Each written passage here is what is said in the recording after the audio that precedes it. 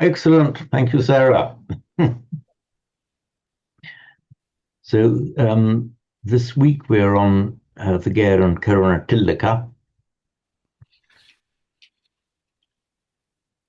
We'll do a bit of the readings first, and then some grammar, I think, and then back to the readings. We finished the first lot of readings, and we start on further readings this time.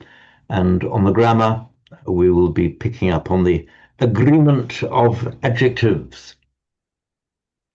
The classicists and indeed the modern linguists among you will all be well familiar with agreement of adjectives.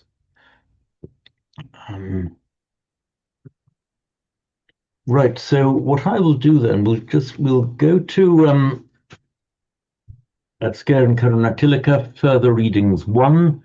I think you should all have that, and then I'll call it up on screen in a moment. Oops, where are we?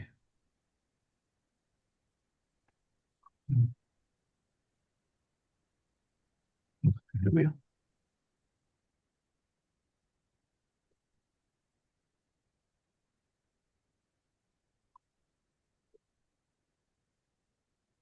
So we start this one with Naham Bhikkhave Anyam Ekadhammampi Samanupassami Yo Evan Saddhammassa Sammusaya Antaradhanaya Samvattati. Sorry, which page are you on? What was that, Judy? Can you just say which page you're on, please, in the book? Okay, which page am I on in the book? I was taking that not from the book, but from my analysis. The page in the Garen Karanatilla book is page 11. Thank you. Which is for further readings 1. However, my strong advice is that rather than following in the book, you follow in the analysis of the text that I have done. Okay. Do you have that readily available? No. For any of you not to have the analysis that I've done readily available is rather like, the paratroopers ready to jump, and one of them saying, "Oh, I forgot my parachute." Okay. Okay, not quite as serious as that, but you get my drift. Yeah. You should have access. Let me share screen and call it up now. Share.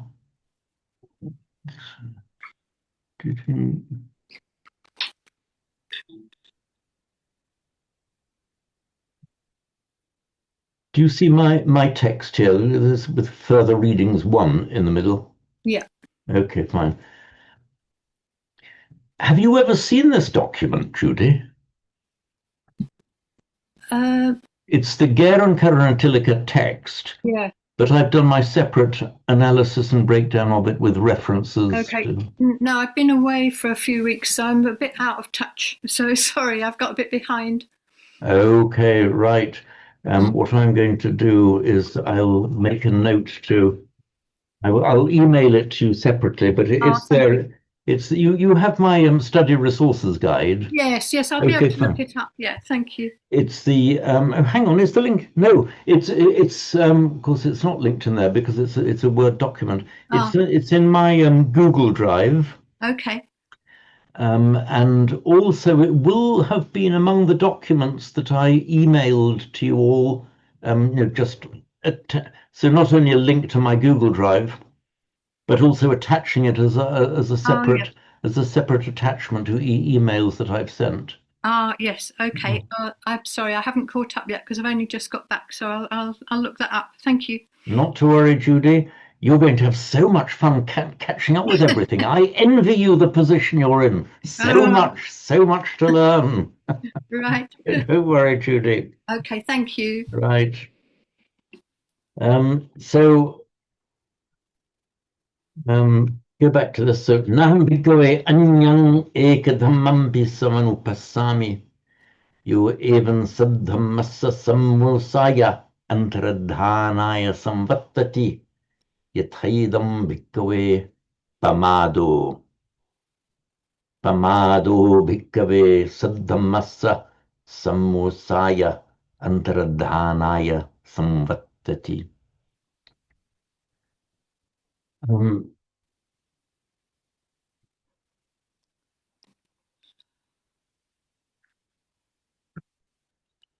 Na samanupassami.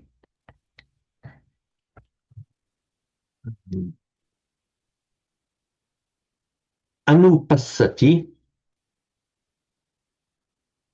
a word that a couple of us have been giving special attention to over the last few days, appears in the Satipatthana Sutta as the person who is meditating samanupassati.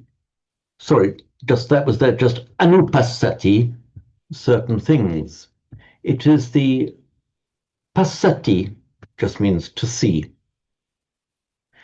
with the prefix anu, that means either along or following. It suggests orderly, regular, mental following, or, primarily it meant a physical following. Anueti, anu goes, just means follows. So an orderly mental following of something here, an orderly seeing, and it has been translated as something like anupassati, closely watching, carefully looking at. That's anupassati. Now we've got a prefix sam in front of us, in front of it. Samanupassati, here in the first person, samanupassami. So if anupassati, passati to look, anupassati to consider carefully, examine closely, watch closely, the prefix sam often has the sense of a successful conclusion of something, a completion. We're using it in English the entire time without realizing what we're doing. We use it in the very word of, did any of you just notice me using that same prefix with the same meaning in a common English word? Yes, Simon. Completion. Exactly. Thank you, Simon. What's the difference between pletion and completion? Okay, pletion doesn't exist as an English word, but let's make it exist, because it should. It's from the Latin word pletus, meaning full. And we have plenus and pletus, and from plenus, plenary, French plein, and so on. So pletus just means full. But completus, okay, I'm talking about Latin now, but this applies exactly to Pali and Sanskrit, so it's worth looking at. Completus, pletus, okay, it just means full as opposed to empty. Completus focuses on the fulfillment, the accomplishment of the goal, the achievement of it, the completion of it. So yes, it doesn't make, to put com in front of pletus doesn't make whatever it was any more full, but it focuses on that there's been an effort to get there, a process, and the process is now done. Done is what had to be done. The work is done. Mission accomplished. So samanupassami has that same kind of meaning. So samanupassami means I'll observe closely, looking at it one by one to examine what's happening. Samanupassami is the culmination of that process in reaching a conclusion, reaching a decision, a conclusion following analysis. So it's making your finding about it. So that's the force of samanupassami. So I do not, O monks, okay, we can rather weakly translate as conclude or determine that there is, or detect, or something like that. I do not, O monks, samanupassami. Anyam ekadhammampi. Anyam, other, eka, one, dhamma, here in the very broad meaning of phenomenon or thing or state. It's more of an observable phenomenon. So I do not, O monks, discern any one single, even one single phenomenon. The force of the pi here, that's the Sanskrit api, means even. So I do not discern even one single other phenomenon. Which, now before we can go on to the rest of it, here we've got naham, which is shufa na aham, not I. Note in particular here that if in English we say, I do not detect, that is the negative form of a sentence, which would be, I detect, I do not detect.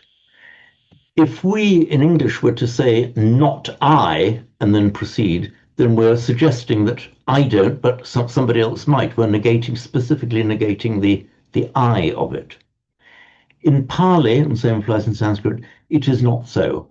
You can just aham samanupasami, I detect. Naham, na aham samanupasami simply means I do not detect. It doesn't mean I'm not the one who detects it, but somebody else does.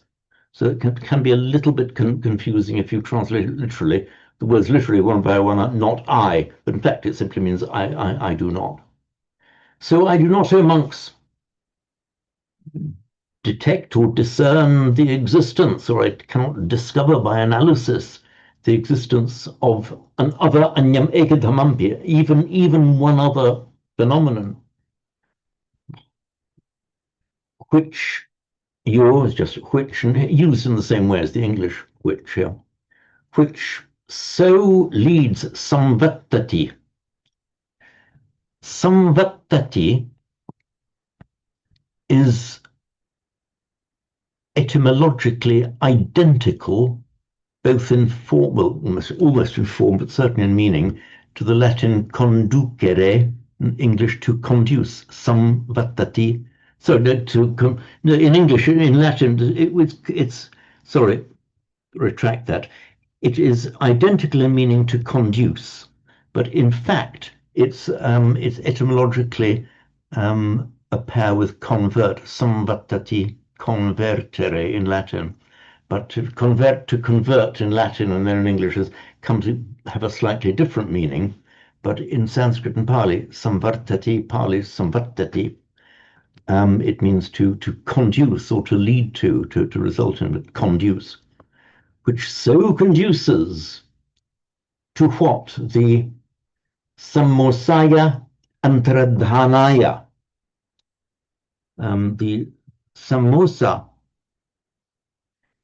is the kind of generally kind of bucking up, disappearance, falling away.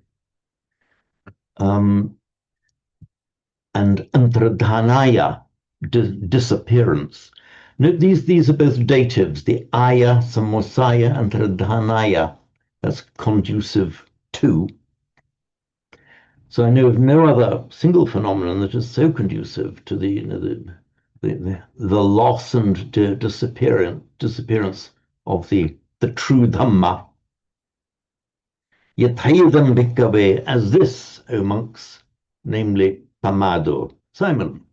Is the mo bit of samosa related to moha? So the confusing or the forgetting or losing thereof. In fact, it's from the Sanskrit root or Vedic root mrish. It's more actually cognate, it's likely to be cognate with our English word miss, as in wrong, as a misdeed. It possibly cognate with that. I'm just going to, so let's just examine this a bit. It's, we have a musawada, full speech. It's that same mus and samosa. I'm just calling it up here. Do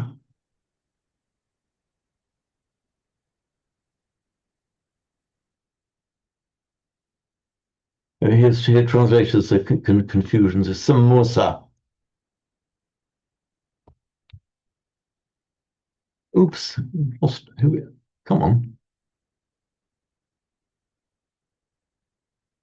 Here we are. It's samrisha. So it's the mrisha in Sanskrit becomes samosa, samrisha, and it's the same as I said as the musa. So I'll just call up now the other one, the Sanskrit. Williams. Oops, sorry, got a. Um,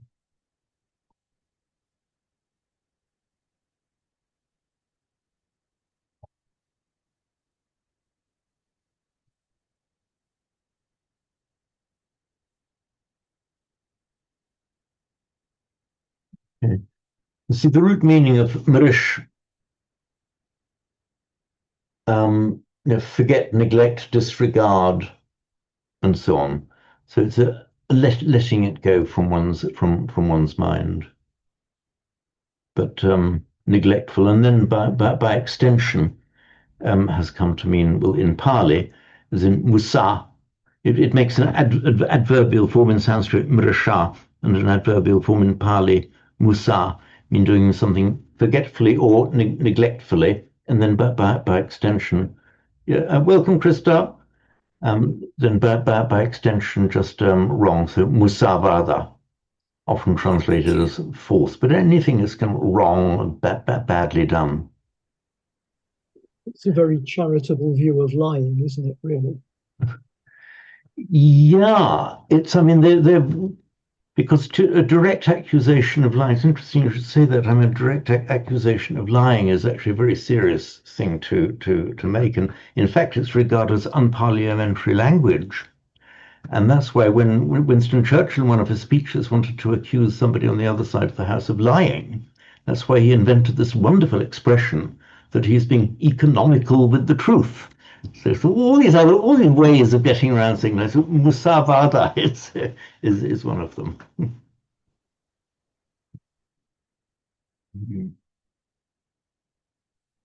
Krista, did you get the email I sent with the missing document? Okay, jolly good. Okay, thanks, Krista. Moha, by the way, is etymologically I know maybe they could have been parallel roots in a dim and distant stage of the language, but certainly we should be regarding them as two different separate things. And you can see that there is a certain kind of overlap. It's the mind not being, firmly and correctly there with something. Musam Mrisha tends to have a more specific meaning. More has just general delusion as an overall condition that the unenlightened mind suffers. And then moha are identical there in Sanskrit and Pali.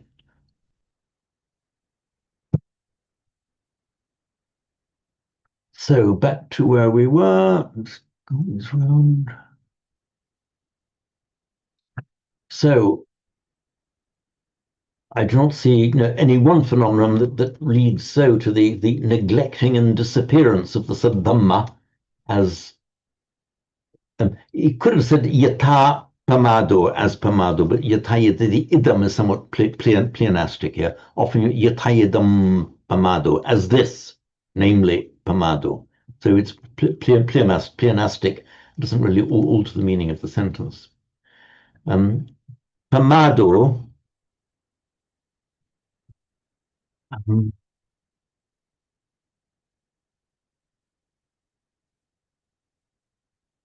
I think you're all familiar with the word pamada. Is there anybody? Actually, no. I'm not going to ask you. And because in fact it so happens that Simon was there with me. We've just been on a retreat of Samatha people, and I just put out. And I'm sure you're all fully familiar with the word pamada and apamada. And I got quite a few blank looks, not from Simon, but quite a few blank looks. Oh, are we? And It's actually a doctrinally and for the Dhamma, it's a central key word in Buddhism. If I were to be invited to cast a vote on what the single most important one word in the whole of the scriptures was, I would say it's appamada. It's the opposite of pamada, which is appamada. Sanskrit pramada and apramada, non-pramada, so Pali pamada, appamada. My justification for choosing that as arguably the single most important word that the Buddha ever uttered in his entire 45 years of teaching is this, because it was the last words that the Buddha spoke were Vayadhamma Sankhara Appamadena Sampadeta. So Vayadhamma, of the nature to fall apart, are Sankhara, compounded things. Appamadena Sampadeta. Sampadeta is basically striving to making it happen, strive to accomplish, often translated just strive. So those last two words, appamadena sampadeta, are commonly translated something like, strive on with diligence. Though, of course, that doesn't catch the full force of it. So appamadena, instrumental form, appamada, it would have been the Buddha's very last word before he died, save that even as he lay dying in his last moments, he observed the rules of Pali grammar and syntax and put the verb last. If he'd been following an English word order, appamadena would have been his very last word. So sampadeta, appamadena, strive on with diligence. So this appamadena is how the Buddha, his very last word, the one word that he used to tell us how to lead our lives, appamadena, with appamada. That is my justification for my vote as to why this is the single most important word that the Buddha ever said. It was his parting shot to us. So it was we went to sorry, Jeremy, come in. Yes, I just wanted, and the word pamado, so the opposite of the word used in the final words of the Buddha. I mean, that seems what negligence. Is that the sort of how you would or is that the direction of its meaning? That was the direction of his meaning. I hesitate to say yes because I've been asked as a lawyer. I'm asked that question by another lawyer. Where of course negligence is a very specific meaning, the way Jeremy and I use it. But broadly speaking, in a mental sense, yes. And it's often translated as something as heedlessness. Right. It's the kind of opposite of sati sampajanya, of mindfulness and clear comprehension. So sort of carelessness, perhaps, or something like that. As well. These are. I'm going to start shooting you down in a moment, Jeremy. I think that we can have yes, okay. I'm not going to shoot you down. I do not challenge any of the English words that you've used, save to say that, as so often happens, we've encountered this again and again, that these are just partial glimpses of the underlying meaning. The root actually, at the root of this pamada, and I've done a full note of it. I think I've referenced it in fact, I've done a fairly full note on it in my explanatory glossary, as indicated by it appearing there with the double colon space pamada. That's the reference to the explanatory glossary. It's from a root, mud, M-A-D, which has the idea of kind of an exuberant joy to the extent of intoxication, getting carried away, kind of whoopee, go for it, kind of, you forget your mindfulness. You come from your still mindful center and you're propelled by this exuberant joy or chasing after something into the periphery outside. And so that's why it's often translated as heedlessness. It's a dropping of that sense of, stillness, seeing, the clear comprehension, the mindfulness, not simply rushing after sense desires. Pamada is the opposite. It's rushing after them like that. It's sometimes translated as an intoxication, not not in a kind of physical alcohol intoxication kind of idea, but the mind getting flooded by this desire to rush after something. The same, by the way, will happen with a rush of anger, ill will, any kind of ill feeling towards people. It's that same phenomenon occurring. Um, query whether it's in fact cognate with our modern English word mad, which is kind of loss of mental ability. Ultimately, it's the loss of your watchfulness and control and wise action, mindful action. So appamada is broadly the same, covers a lot of the same ground as sati, though approaching it but from a negative aspect. With your sati, Sanskrit smriti, literally remembering, you've got your mindfulness, and the pamada, rushing after things, is what happens when you lose your mindfulness. So apamada is not exactly the same as sati, but it's just the negation of the consequences of losing your sati. I just wonder if another translation of appamada would be with vigilance, whether that would strive on with vigilance. Yeah, it can correctly be translated as vigilant. Oh, another one, it's often translated as diligence as well. Though diligence doesn't quite cut it for me, because diligence is like concentrating carefully on your work and attending to your duties diligently. So you've heard me say again and again, these words are all very good if we can various potential, they illumine various potential or actual aspects of the overall meaning.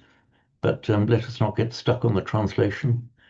I thought the entire purpose of all of us being here is we're feeling the Pali and understanding the Pali from the inside. So,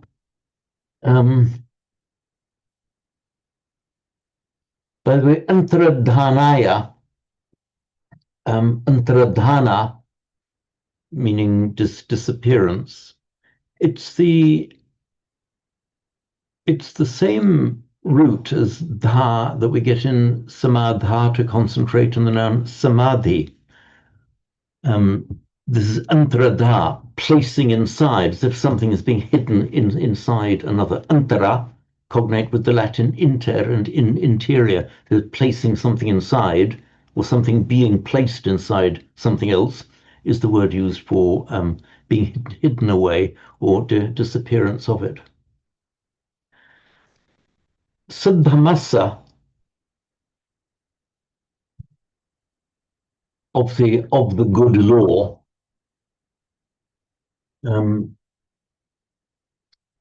let none confuse this with another word. Saddha, why has got Mr. The word saddha, sorry, why has got fallen down. Saddha, the word often translated as faith.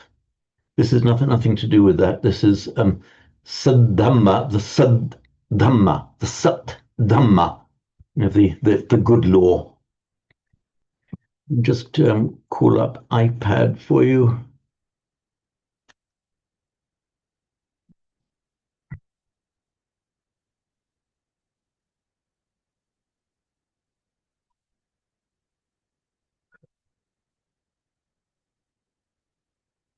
There we are.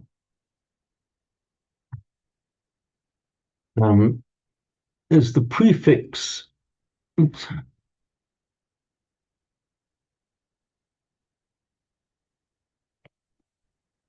The prefix, not a prefix, it's part of a compound. It's the combining form of the present participle of as, meaning to be. And then by extension it means good. So the Saddhamma is the good law. Some of you may have heard of the Saddharma Pundarika Sutra, which is a Mahayana Sutra, the Sutra of the Lotus of the Good Law, the Saddharma. Sad is often used as a prefix, just meaning good. Some of you may have heard of the Sadguru, who does a lot of podcasts and videos and things. He's that rather jovial fellow with the big beard who goes around on a motorbike and is very, very, very good at driving and does say some very profound things as well. He calls himself the Sadguru, the good guru. It's from the root as, meaning to be, which is an irregular verb because it very often drops off its first vowel. That's why you get, for example, as and santi, meaning they are. Santi, they are identical in Sanskrit and Pali. Curiously enough, we see exactly the same phenomenon in Latin, where we get the verb esse, meaning to be, and it makes its third person singular sunt. They are. So this is these are Latin forms. So as santi esse sunt. Santi, they are, and then it makes its present participle stem form sant, combining form sat.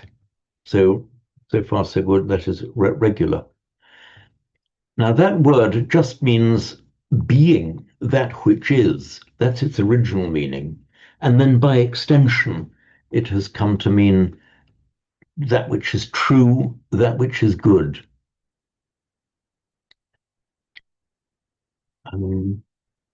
We have the phrase from the Hindu tradition, which Simon will quote for us in Sanskrit, because I heard you quoting it a few days ago, Simon. You didn't. You always keep saying that I did the Sanskrit course. I've never done any Sanskrit at all. You may not have, but I heard you saying this expression a few days ago. What was it? Sorry, what's the question? Satchidananda. Satchitananda, yeah. You did say it, didn't you? Yeah. You did. Do you want me to analyze it for you? So, in Sanskrit, Satchidananda, Ananda, is Sat plus Chit plus Ananda.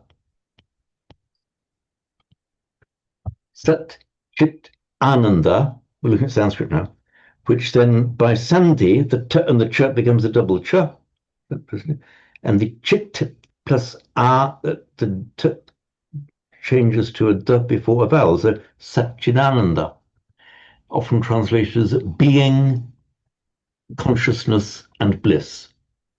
So Sat here just means being, the quality of being, Chit, the quality of consciousness, the root originally meaning light, and it's where we get our word chitta, and ananda meaning joy or bliss. We have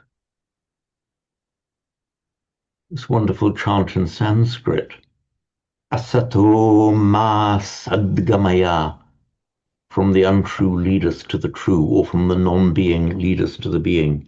So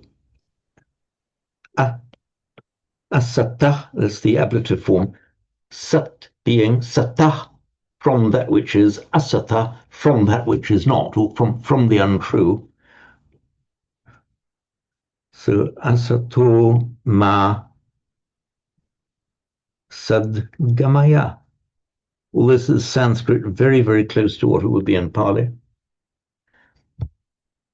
Ma is just an alternative form of mam, in Pali, mam meaning me. From the untruth, gamaya, lead, ma, me, sad, to the truth.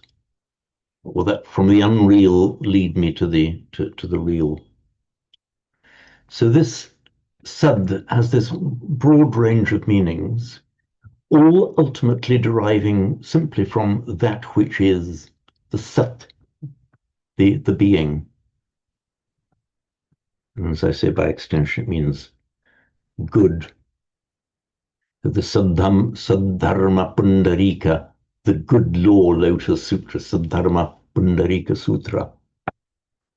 So here we're seeing it in the form of the Saddhamma, the good Dhamma. So Pamado Bhikkhave Saddhammassa Sammusaya Antaradhanaya Samvattati. Again, this is just saying the same thing, but cast in a different order of words. So Pamada, O monks, Samvattati, conduces to, leads to the neglect and disappearance of the good law.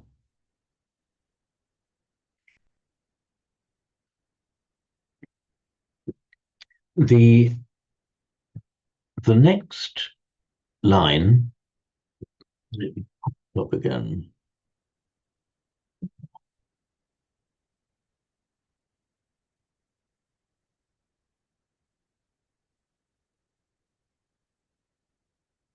The next line is actually pretty much identical, or is identical, save that certain keywords are replaced by other keywords. So, Naham bhikkhave anyang ekadhammampi samanupassami yo evam saddhammassa titya asammusaya antaradhanaya samvattati yathaidham bhikkhave appamado. So it's basically saying the same thing with the opposites or the negations of the words in the previous line. Appamado bhikkhave saddhammassa titya asammusaya anantaradhanaya samvattati. This titya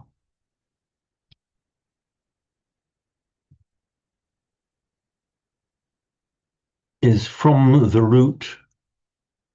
Tell me, somebody, what root is titya from?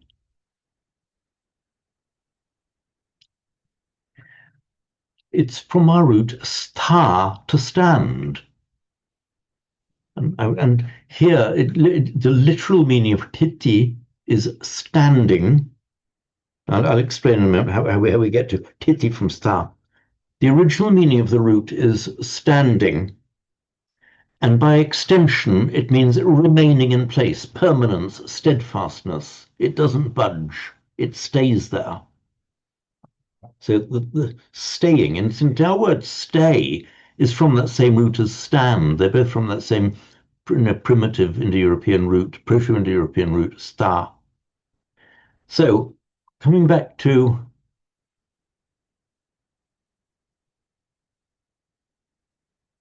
the root sta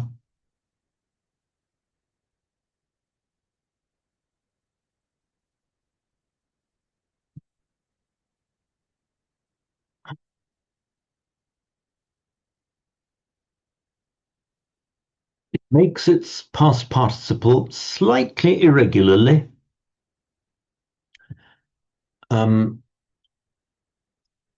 If it were regular, we would expect to see stata, as in jna, jnata, jna, jnata. No.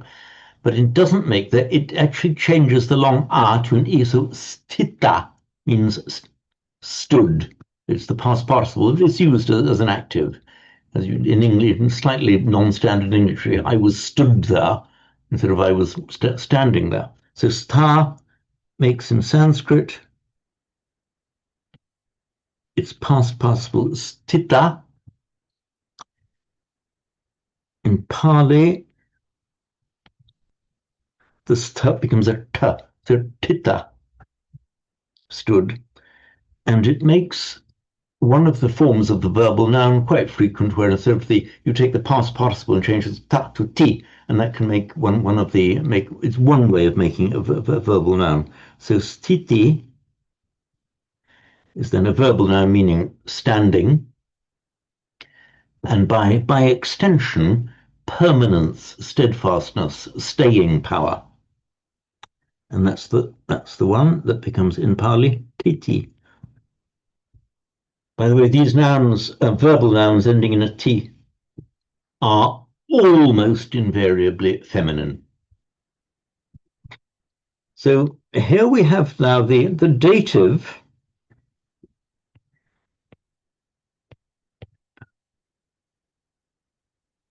Let's look at the Pali dative there, which is the same as the genitive.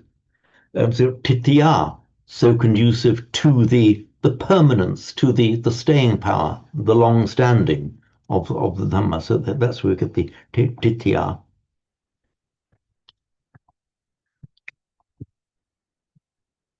The next two words in the text are simply the asamosaya and antaradhanaya. These are the same two words we've just been looking at, samosaya and antaradhanaya, simply negated, asamosaya and antaradhanaya. As this amongst appamado, as non-pamada. Appamado bhikkhave saddhammasatitya asammusaya anantaradhanaya samvattatiti.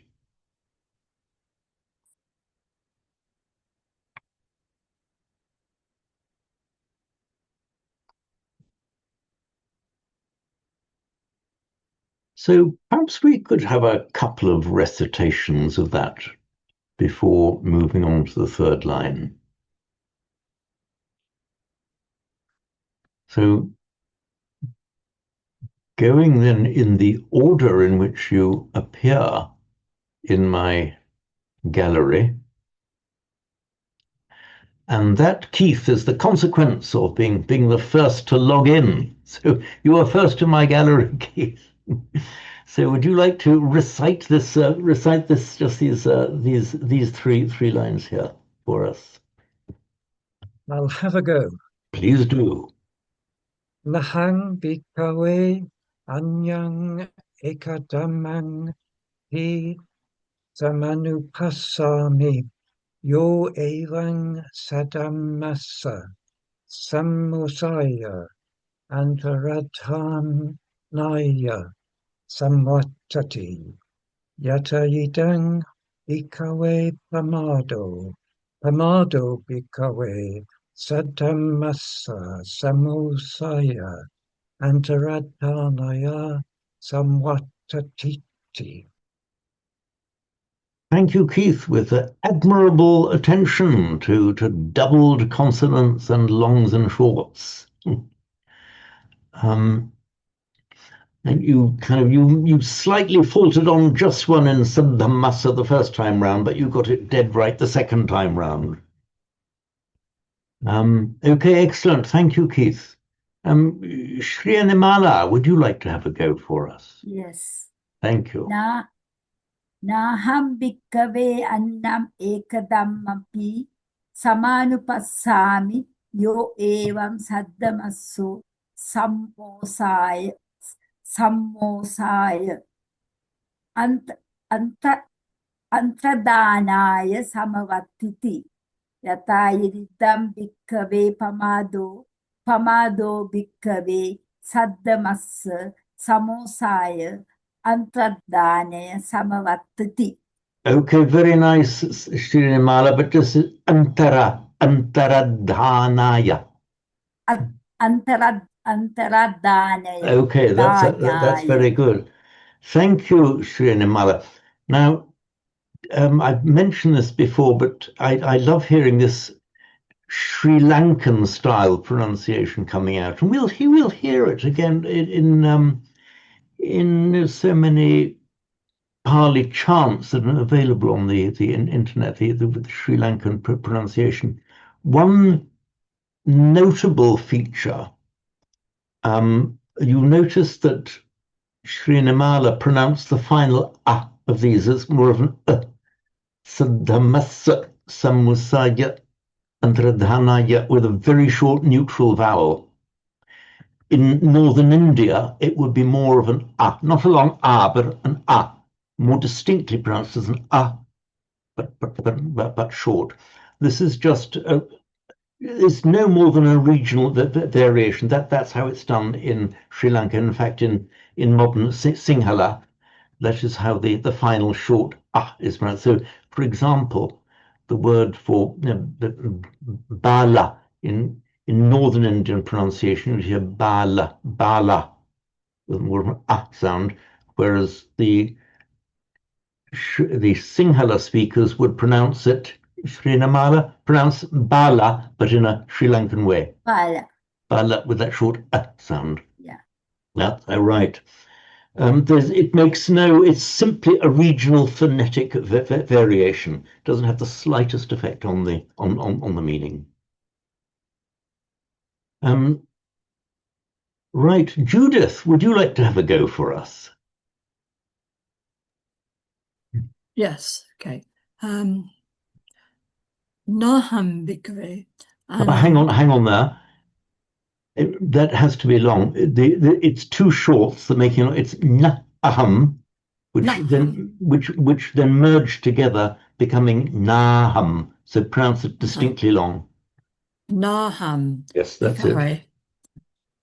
Anam ekadamampi samanupasami yo evam sadamasa samusaya antaradan Danya Samvati.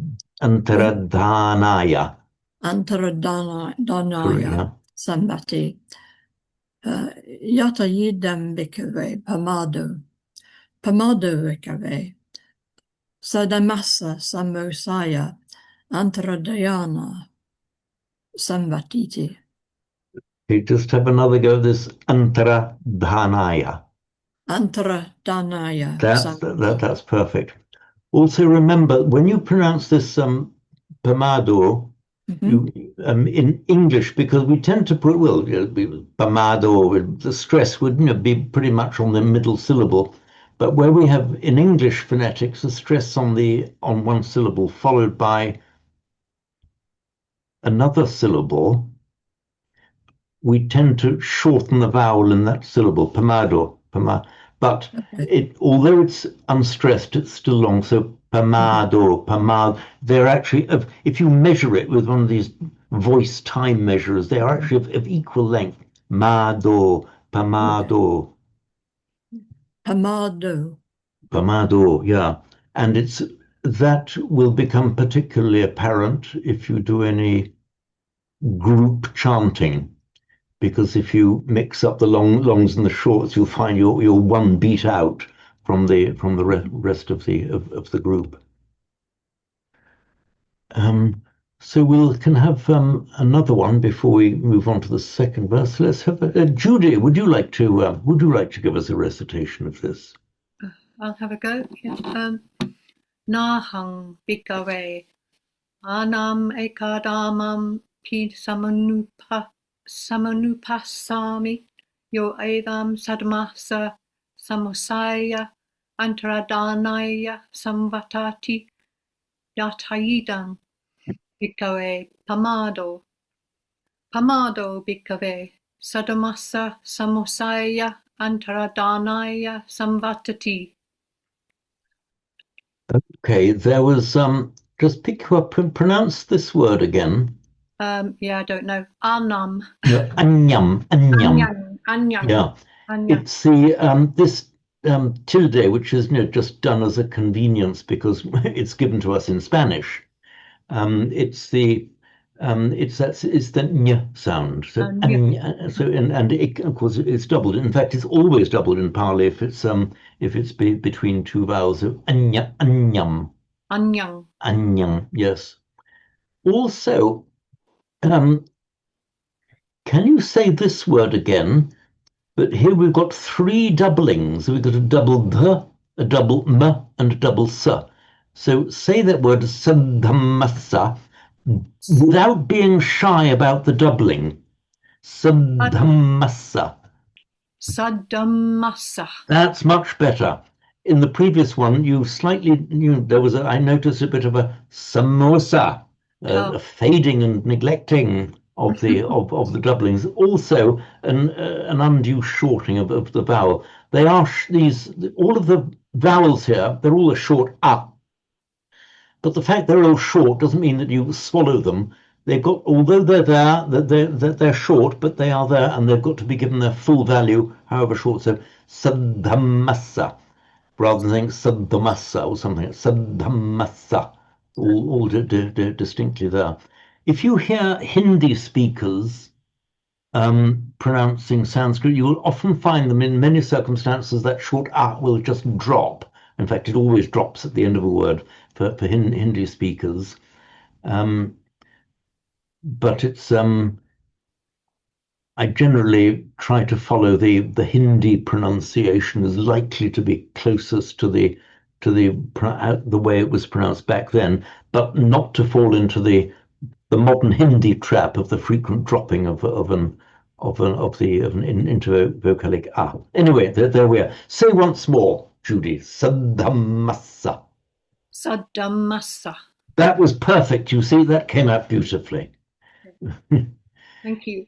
Judith, can we just go back to you for one moment? Can you pronounce that also with great correctness and clarity? Sadhamasa.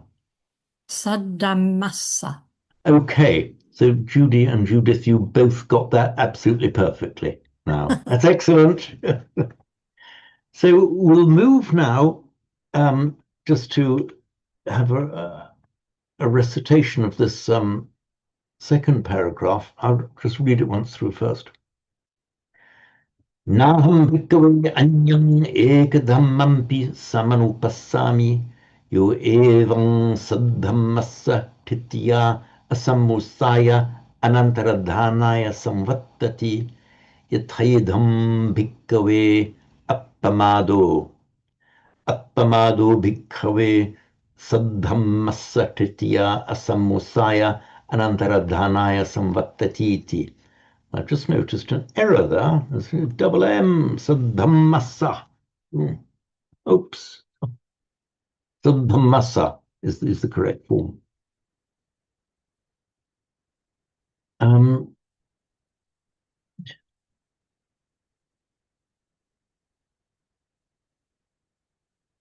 two, three.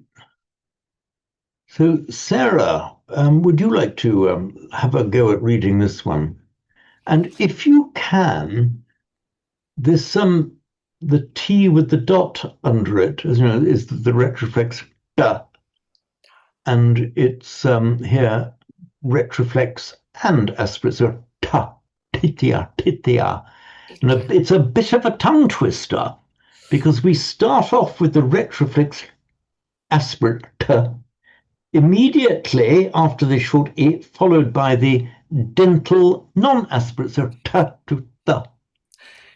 So to the ears of speakers of certainly the northern Indian languages, especially the Hindi speakers, there would be a very sharp distinction t and ta.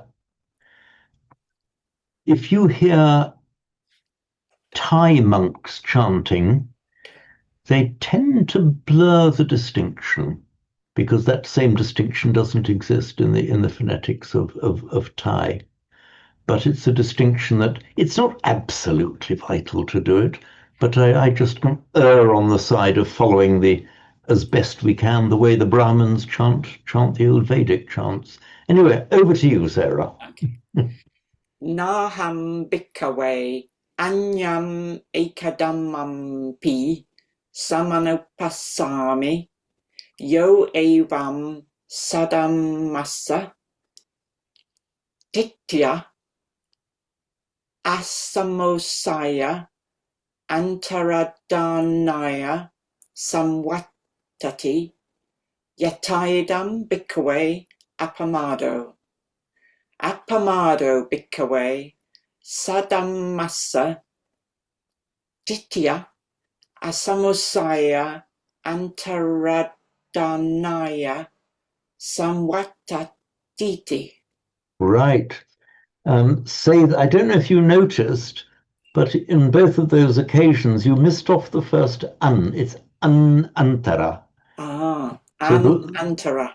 Anantara. The way you said it gave it the opposite meaning, because the an negates it. Antara dhanaya, disappearance. Anantara dhanaya, non disappearance. Okay. Also, it's really just a matter of regional variations. But I noticed you had a bit of an English O there.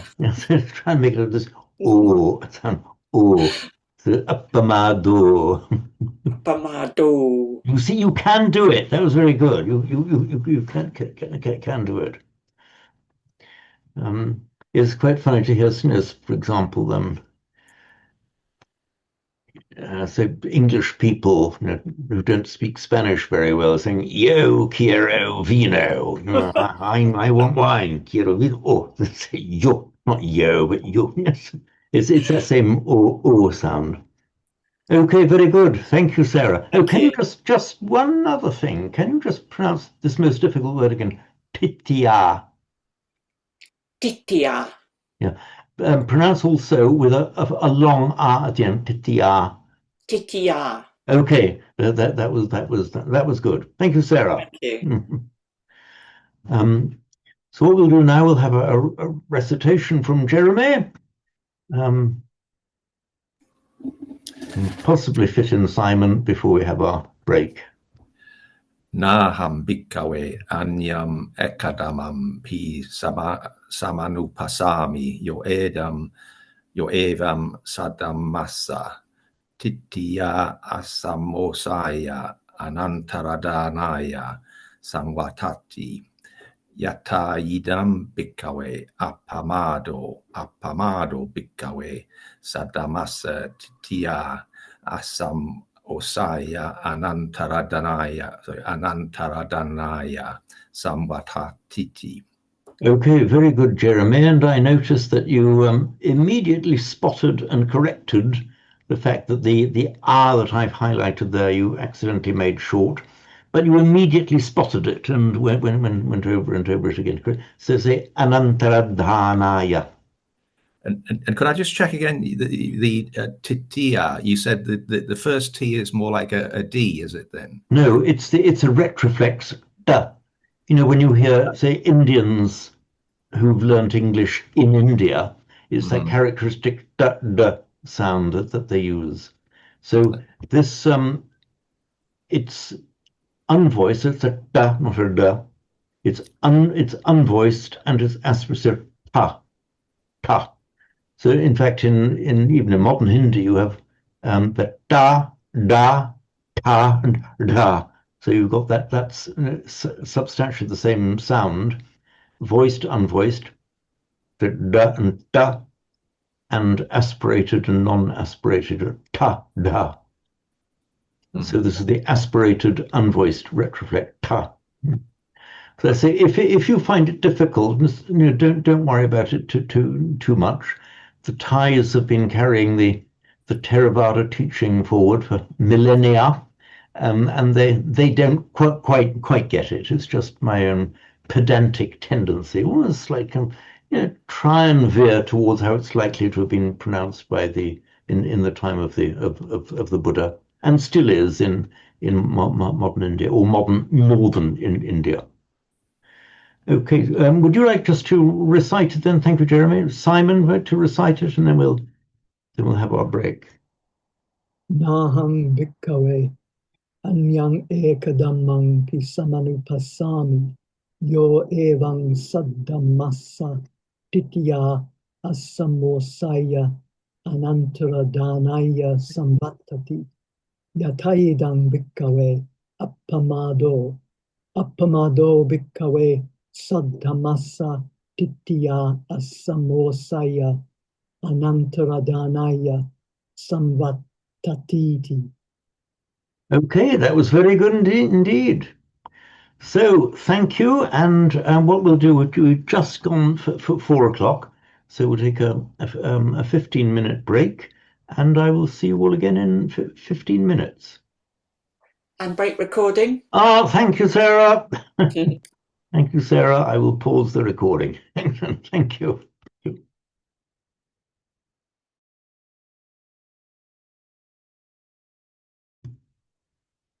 There we are.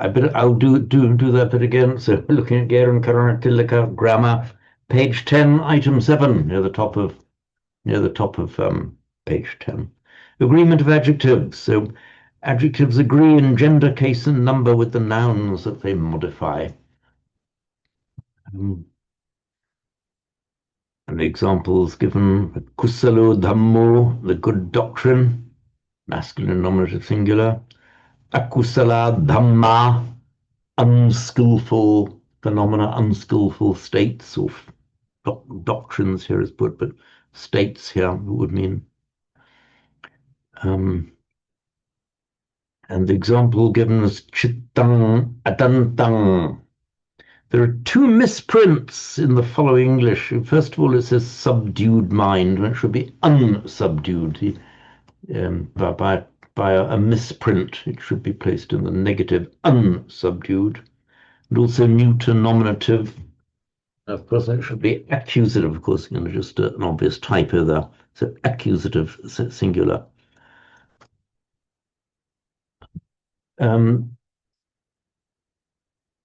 Note here, it's a matter of vocabulary rather than grammar, that the translation is given as subdued, unsubdued. Remember, this is from adantam. It's from the root dam, meaning to tame. So adantam, untamed. Now just observe here that I think that this unsubdued is actually a slightly misleading translation. If you subdue something, you kind of push it down. Kind of an idea of crushing it. Whereas the use of the verb dam, to tame, is actually quite subtle, and it's well chosen, because you aren't destroying something, you are taming it.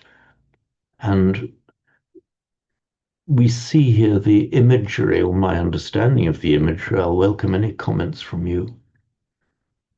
So I'm just stop the imagery of taming, as in taming a wild animal.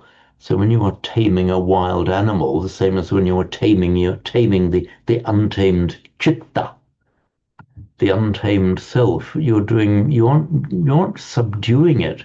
As if you tame a wild animal, you aren't killing it. You are, first of all, you are making it non-dangerous, and secondly, you are actually able to use its strength or skills, its abilities for your own benefit, as when you're taming wild dogs, for example. Something that was uncontrolled, dangerous, by taming it, you actually you remove its danger and you make it useful to you. So that is the imagery that I see here with the chitta, that we have this the chitta, the heart mind, this occasionally wild and unsubdued thing that leads to ill deeds and dukkha. That you don't kill it, you tame it, you use its great brightness and strength to good ends. Jeremy, please. Well, on that, you have these Zen drawings, don't you, of the bull with the owner of the bull. Yeah. And it That's right. starts off as black, and then it's gradually tamed, and then it ends up as white, and that's the taming of your own mind. Exactly so. So exactly. I mean, you aren't killing it. You are, you are bringing it up to a higher level and bringing it into your service. Exactly that imagery. James, can I ask, Yeah, please, Christopher. what's the word to tame? What's the verb? The root is dam, D-A-M. D-A-M, okay. And it's directly cognate with our English word to tame. Right. Our tame is directly from that ancient root. And also the Latin domus is from that same root. Right, okay. Domus meaning a house, and we talk about a domesticated animal. So it's all from that same root to tame, root dam rather. Let me just call up.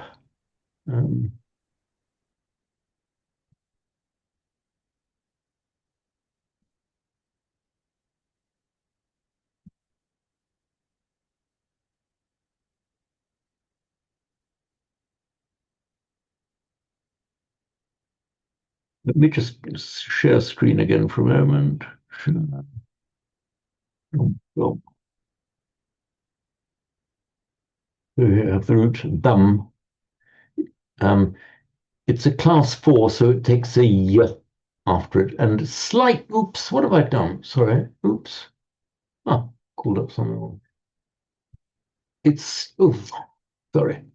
It's slightly irregular because it lengthens the So you'd expect to see something like damati, but it's damyati. But that's a feature of Sanskrit. Don't let that detain you there. So it's a transitive and an intransitive. So it can mean to be tamed or tranquilize, or to tame, subdue, conquer. Okay, so it can mean subdue or overpower, yes, but the primary meaning is taming.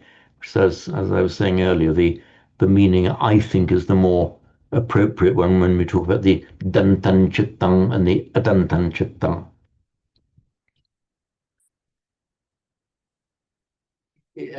So back to the grammar. Let's stop. It says, note that although adjectives often precede the noun that they modify, the opposite order is possible, as in the last example. So in some languages have fairly strict order of adjectives and nouns. I mean, in English, we typically or as a matter of regular syntax, we put the adjective first. For example, in French and Spanish and Italian, they typically, though not always, put the adjective after the noun. Latin allows either. Greek tends to put the adjective before the noun. Sanskrit and Pali, generally speaking, it's the same order as English, but it's not quite as rigid. The word order is more flexible. And in modern Hindi, for example, follows the same order as English, adjective then noun. So the standard order in Sanskrit and Pali is adjective first and then noun. But he makes a comment here that I agree with. So where we have the adjective after the noun, adjective is often derived from a verb, and there may be a special sense like that in English. The mind untamed leads to great harm, means the mind when it is untamed, or when the mind is in a state of being untamed. So we could say in English, the untamed mind leads to great misery, or the mind untamed leads to great misery. There's a slight, they're saying substantially the same thing, but a slight difference of emphasis there, meaning the mind in an untamed state, or the mind when it is untamed. And so that it's the same kind of idea in Pali. It doesn't alter the meaning, there's just a slight difference of emphasis and tone.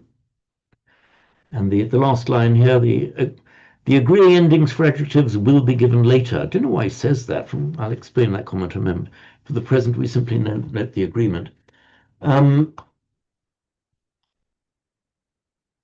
Endings of adjectives on page 5 we had that. We've got our standard table of declensions for the nominals, that's nouns and adjectives ending in a short a. Adjectives are declined in exactly the same way. It's the same for those of you who know Latin. You get an adjective as an adjective of a certain declension.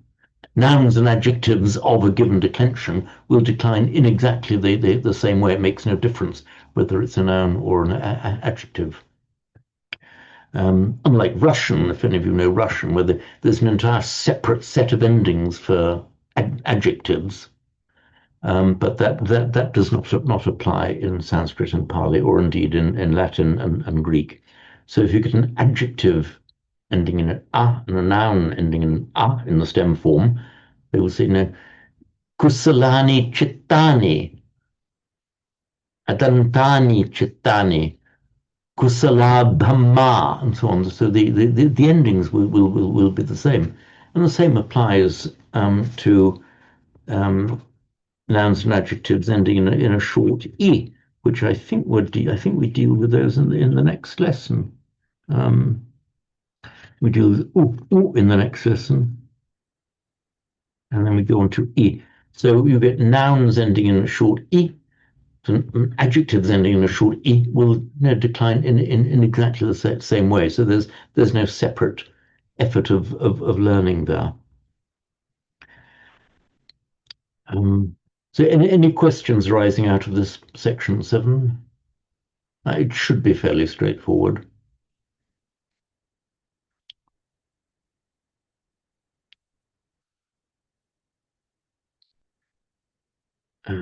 So number 8 is just the accusative of destination.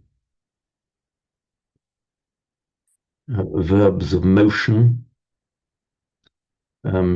destination regularly in the accusative. So in English, you talk about going to a place, going to town. So in English, you would say, I'm going to the town, I'm going to town. In Pali, you would say, nagarangachami. Just put nagaro, nagarangachami. Just put it in the accusative. That's the accusative of the destination, the place that you're going to. And we see this in our well-known Buddhang Saranang Gacchami, where we've actually got two adjacent objects of destination. I go to the Buddha, Buddhang Gacchami. I go, in English we'd say I go for refuge. In Sanskrit and Pali you say just I go refuge. Saranang Gacchami. Sanskrit Sharanang Gacchami, Pali Saranang Gacchami. Here we've got those two nouns in apposition. I go, in English we say I go to the Buddha for refuge. In Pali just I go Buddha refuge. You could also construe it as Saranang Gacchami is almost like a compound verb, almost like a compound verb. Saranang Gacchati, to take refuge in. And then with the accusative of the person or thing in which you're taking refuge, Dhammang Saranang Gacchami, Sanghang Saranang Gacchami. Note also, by the way, we have the accusative of motion, whereas in English we'd use the preposition to, you're going to somewhere. It's the same with verbs of saying or speaking. In Sanskrit and Pali, you tend to use the accusative of the person that you're speaking to, rather than, say, a dative that you would use, for example, in Latin, or in English, you speak to somebody, you say something to somebody. In Sanskrit and Pali, you just use the accusative, both the accusative of the thing said and the accusative of the person to whom it is said. So you get two accusatives governed by the same verb. Joining in series.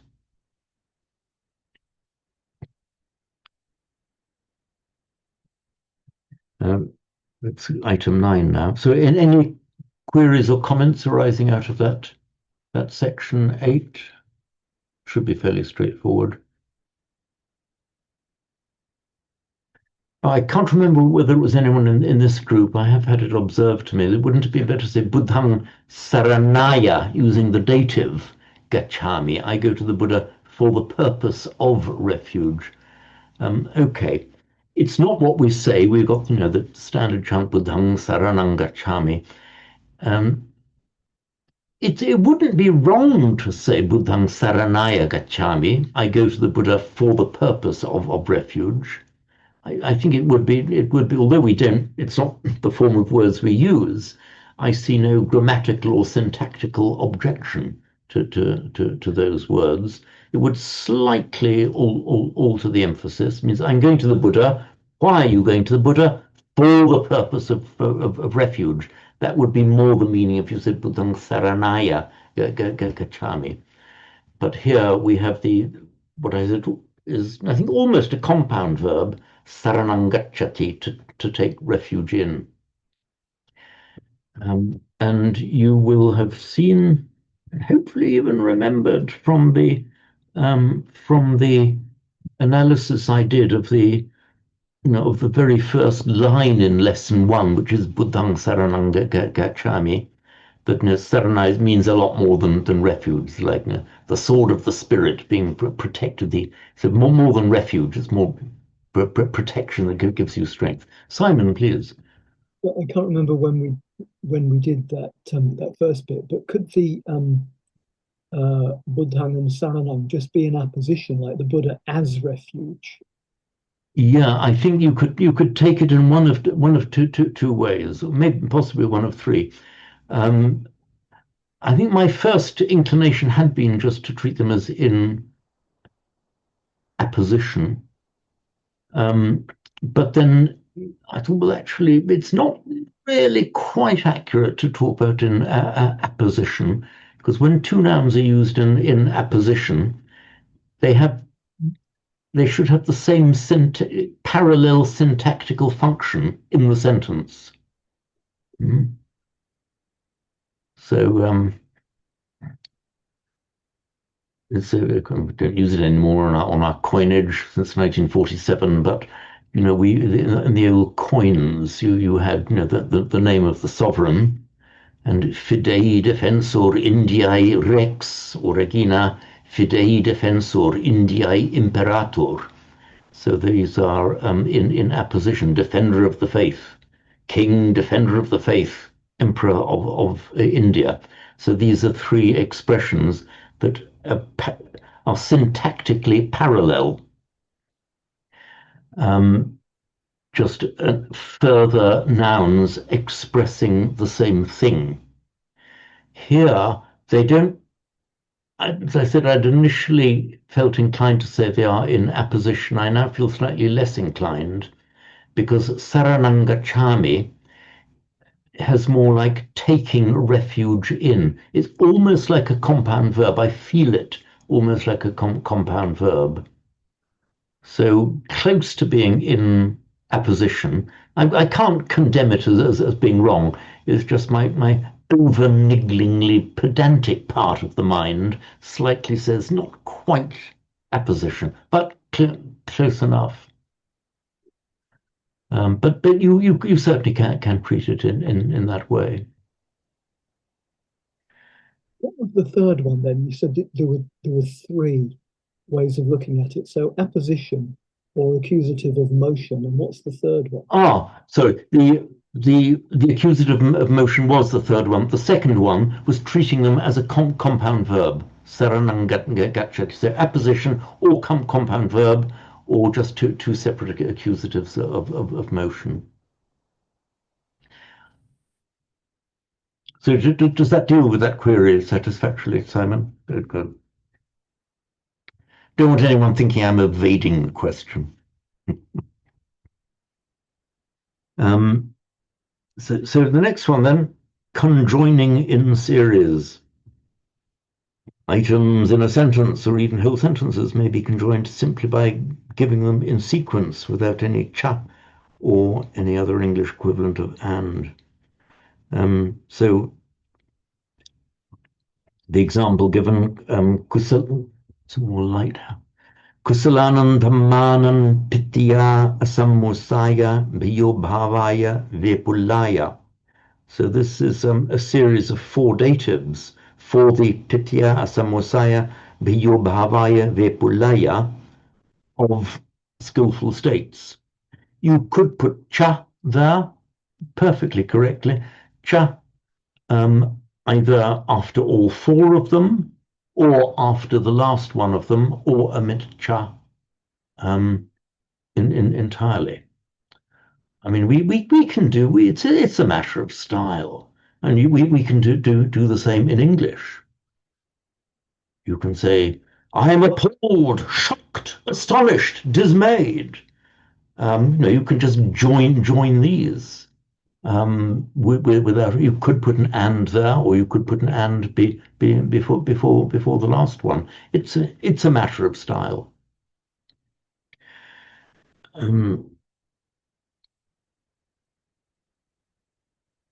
And again, in the second example, Chandanjaneti Vayamati Viryam Arabhati. So we've got 3 verbal expressions here. Chandanjaneti, you could say Vayamati cha Viryam cha Arabhati. You could put the cha there. So there's no rule about it. You can put, mostly you would put in the cha, often you don't. The cha is more frequently omitted where the sequence of things are more like emphatic synonyms or virtual synonyms, one for the other. So it's not as if you're just listing items A, B, and C. It's you're giving a string of items of roughly the same meaning by way of kind of rhetorical emphasis. And so by leaving out the and, you're almost drawing attention to the fact it's just repetition of near synonyms for rhetorical emphasis. Just as the example, I am dismayed, shocked, and astonished. You can, I'm dismayed. Dismayed is one of the things I am, and shocked as well, and a third thing as well, and astonished. So if you said the and, you'd be separating into three categories. But what we're doing is you're just using these kind of synonyms just for rhetorical emphasis. And if you look at these 2 examples given, again, they are separate words and they do have their separate meanings, but they're kind of parallel, overlapping meanings, all pointing in the same direction. In the case of Pitya Asammusaya Bhavaya Vepulaya, they are different words with differing meanings, but they're all, as it were, within the same bag. They're all emphasizing the same point of the keeping and developing and enhancing of the Dhamma. Sarah, please come in. And does Pali have punctuation? Do they use commas? No, they don't. Right. That was invented a long time afterwards. In fact, if you look back to the ancient Greek and ancient Latin inscriptions carved in stone, punctuation is not used. That's a fairly recent invention. And if you read the Rock Edicts of Asoka, written in the Brahmi script, not a comma to be found, not even a full stop. Not even, I know, shocking, not even a full stop. And but later on, you had a bar in Sanskrit verse. And in fact, even in prose, you had an upright bar to mark the end of a sentence or the end of a line of verse. But that's a much later invention. You just had to work it out. Jeremy, come in. And in Pali, sort of as originally written, were there spaces between words? So, for example, in Thai, there aren't. Everything is run together. That's right. No, there weren't. If you look at the old Brahmi script and the rock edicts of Asoka, you just had to know, just had to work out. It's the same if you look at in ancient inscriptions in Latin. The oldest ones, they just run it all together, and you just have to know. Often the grammar will tell you because a certain thing added to a word that has to be the end of a word. It wasn't always like that. It just relied on you knowing. And the same with the ancient Greek inscriptions as well. So yeah, I did actually make an effort of some years ago actually of learning to read Thai, and it can be rather awkward, can't it? The way they don't the way they can run the words, whole long groups of words run together. Well, yes. Well, I read some Thai, so that's exactly the struggle you've always got. If you lose you lose your way, you sort of get a word wrong, whatever. And Tibetan, they can run everything together, but at least the Tibetans put kind of a dot between syllables. However, although that is a slight help to put the dot between the syllables, they still don't distinguish the words. So you might get three syllables together in Tibetan. Okay, the syllable dot, syllable dot, syllable dot. Sometimes, if you know Tibetan, do the first two go together, then the one, or vice versa, one alone followed by the two. So these devices to aid comprehension that seem so obvious to us now, it's amazing that with all the human ingenuity that we found 2,000 and more years ago, they hadn't worked out this simple way of doing it, little punctuation marks. Simon, you were about to say. Yeah, I was just about to make the point that a good example of not having the punctuation is the fact that when we would have quote marks, they have to rely on saying thus. So that's why we get T after. Exactly so, yeah. So that is exactly a right point, Simon. However, their ingenuity stopped short of marking the opening of the quote. So the T marks the end of a quote. But I mean, normally it's clear enough where the quote starts, but sometimes it isn't. And there can be an ambiguity of what words are being actually quoted and what words aren't. I can't think of any offhand, but there have been cases where it's been a bit of a struggle to find. Often there is an ambiguity. Where does the quote actually start? So, Krista, were you going to make a point? Yeah, I'm going back to words in the same case. Yes. Two nouns in the same case. And if there's an adjective, does it depend entirely on word order, which noun that qualifies? That's a very interesting point,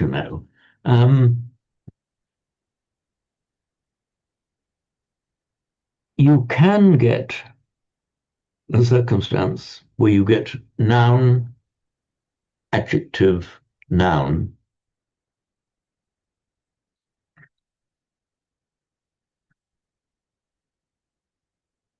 Where there could be an ambiguity whether that adjective qualifies the one going preceding or the one following, or possibly even both.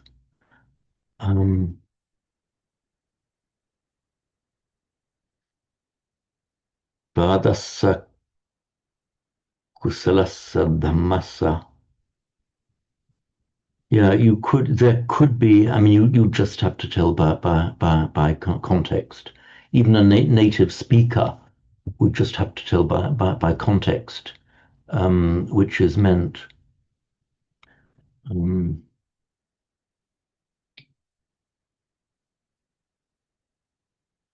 Ambiguities could arise there.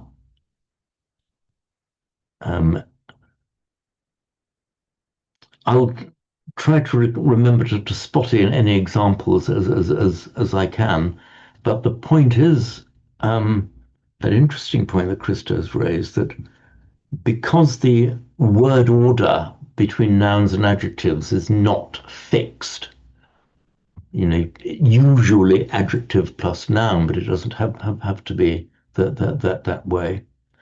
The order in which they occur is not the end of the story. So I think the answer is, if you just look at the words on their own, there could be an ambiguity. Noun, adjective, noun, all in the same case, same gender number case. Does the adjective qualify the one before or the one after? It could be either, and you just have to work out from context which it is.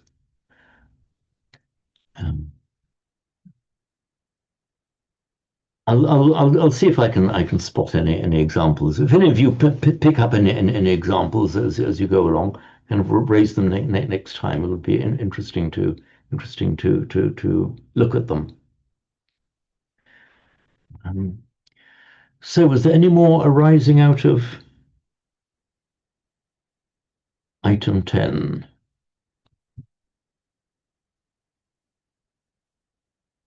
So,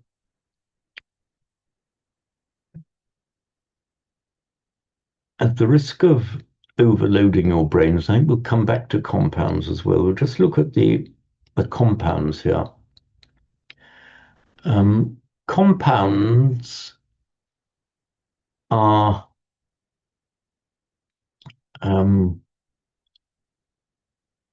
I could describe them as tricky, and I don't think that would be too much of an exaggeration. Compounds can actually be very tricky and ambiguous. What actually is meant by compounds? What?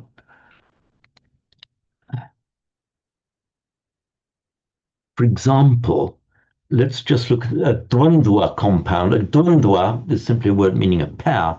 It's where you can say A and B.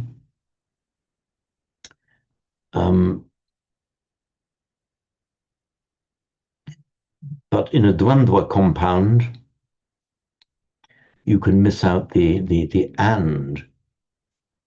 Let's take an example from the Itipiso. Anuttaro deva manussanam satta. So how does it go? So, goodness me, I've chanted it 1,000,000 times, and I'm trying to remember the exact words. Come on, I've somebody. got it here. Go on then, Sarah. Just from Itipiso Bhagawa Arahang Samma Sambuddho Vija Charana Sampanno Sugato Loka Vidu Anuttaro Pursadhamma Sarati Sata Dewa Manusanang Buddho Bhagavati. Thank you very much, Sarah. That was right. Satta Deva Manusanam. That is teacher, Satta, of Deva Manusanam. That is a dvandva compound. It doesn't mean god men. It means gods and devas and humans. It could be given as Devanang Manusanang Cha, which is what it actually means. Satta, teacher, Devanang, of gods, Manusanancha, and humans. Deva Manusa, in the plural here, Deva Manusa, genitive plural, Deva Manusanang, means gods and men. So this is what's known as a dvandva compound, where you put two words of equal syntactical value, gods and men, two separate items. So if you now look back at the earlier words that you heard Sarah reciting, Vidya Charana Sampanno, it seems clear enough, but there is actually an ambiguity in there. Does anyone want to tell me what the ambiguity is? Vidya, knowledge, Charana, conduct. It's full knowledge and good conduct. What is the ambiguity in Vidya Charana Sampanno?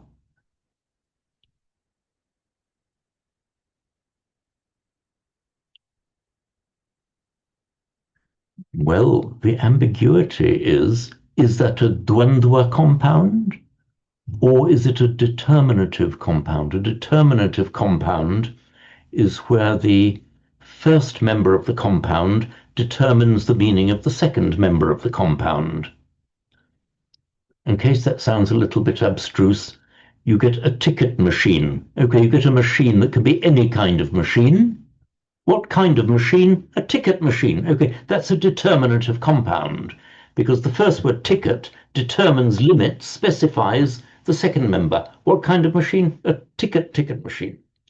So, Vidyacharana could be a determinative compound, which would mean that his charana, his conduct, is characterized or determined by, full of vidya, knowledge.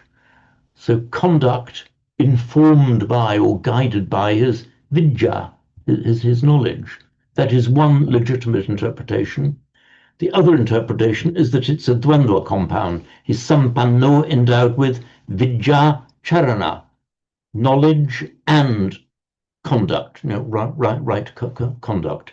If you just look at the language on its own without any further clues, you cannot tell. It could equally be either. There's a legitimate case for saying either. I think generally it seems to be interpreted as endowed with knowledge and conduct, meaning higher knowledge and correct conduct, but it just doesn't have to be that. And in fact, I would go as far as to say that in the minds of native speakers, they could even almost blend both meanings in their minds simultaneously.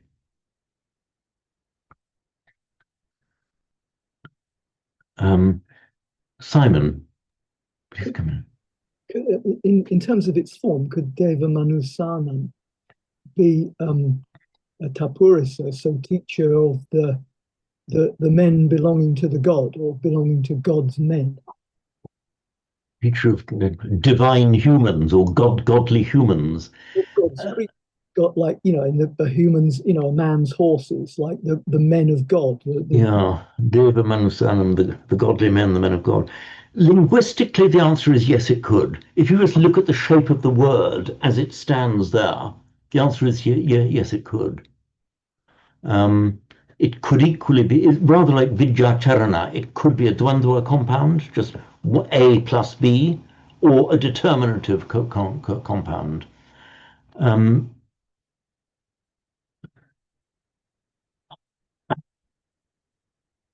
Whether there has been any attempt to justify an argument one way or the other, I have to say I'm not sure.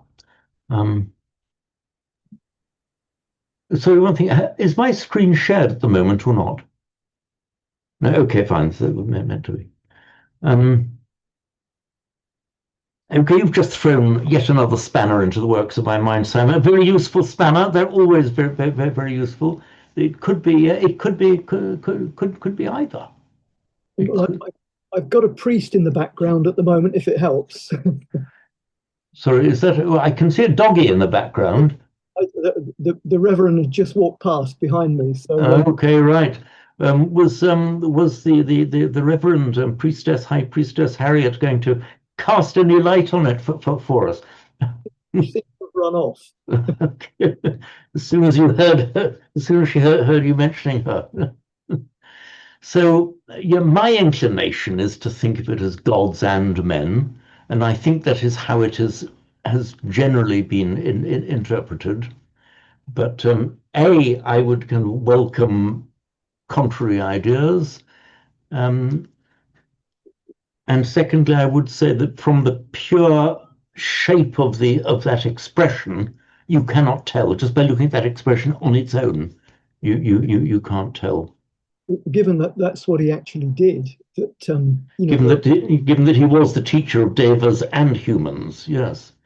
And also, you see, if you say he was the teacher of divine humans, I mean, he did give teaching to some pretty dreadful characters, and often to good effect. So his teaching was even directed at the evil, who are very often converted to goodness by hearing the teaching.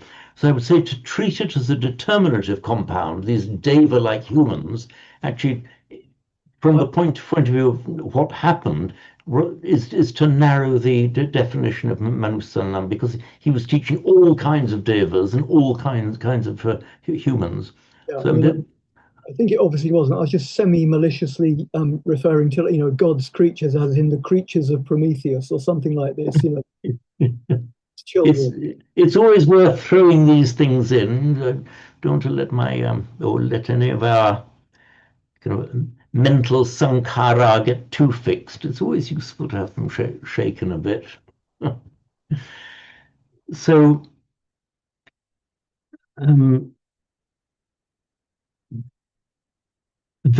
we've just looked at two examples now, Deva Manusanam and Vidyacharanas and Vidyacharana Sampanno, of how compounds can be ambiguous.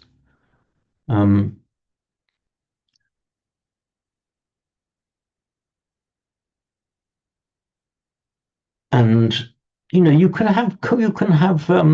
get ambiguities in English as well. I mean, there's nothing particularly difficult about Sanskrit compounds if you compare them with English compounds as well. You just intuitively we know the meaning of a compound by logic. So a ticket machine is a machine that sells tickets. A foreigner might say, therefore a car park is a park that sells cars. No. Not, it doesn't work quite as simple as that. Or a railway station is a station that sells railways. No, so you often know just by intuition what the compound means. One's intuition occasionally breaks down, and you do get ambiguities in what type of compound it is, as we've just been discussing, Deva Manusanam and Vidyacharana. In fact, Vidyacharana Sampanno, endowed with, having acquired, possessing, is a compound of three words. So he's Sampanno, endowed with. So endowed with what? So Vidyacharana Sampanno is a determinative compound of which the second element is Sampanno, and the first element consists of two words, Vidyacharana. Then you make a further breakdown. Take Vidyacharana, what kind of compound is that? Dvandva or determinative? So you get compounds forming parts of larger compounds. So to determine then what is the relationship between Vidyacharana and Sampanno is easy enough. So anyway, it's Sampanno means endowed with what? Vidyacharana. Now take the two words Vidyacharana, there the ambiguity can endowed with knowledge and good conduct, or endowed with the good conduct informed by his knowledge or created by his knowledge. You get compounds within compounds.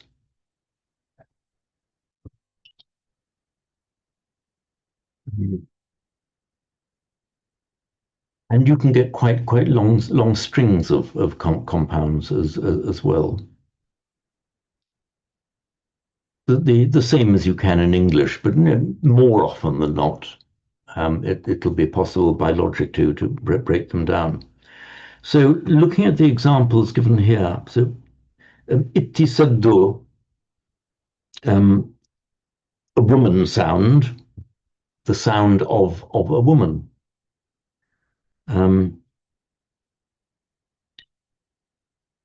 So purisarupam, man form, the form, the shape, the appearance of a man.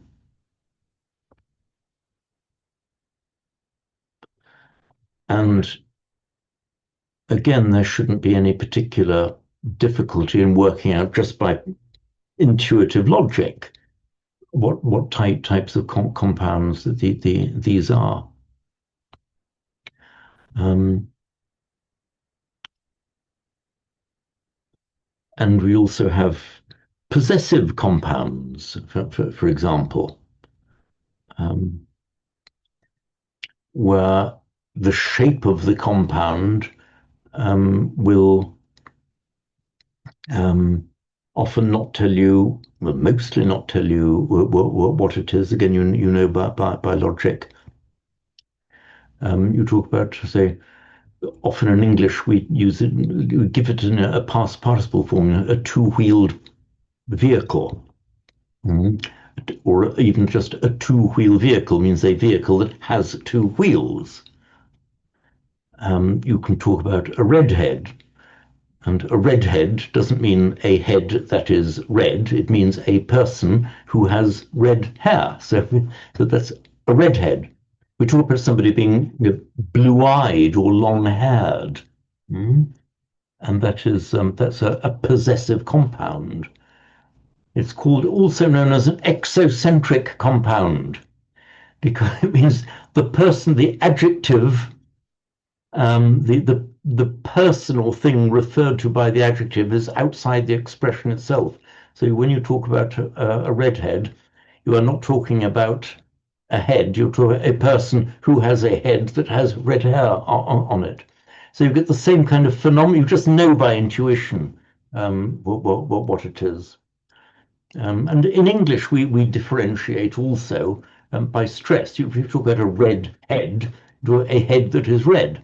Where if you talk about a redhead with the stress on the first syllable, that's the equivalent of a possessive compound in Sanskrit. You'll get used to it as you go along. So note that the first member of a compound is regularly in the stem form.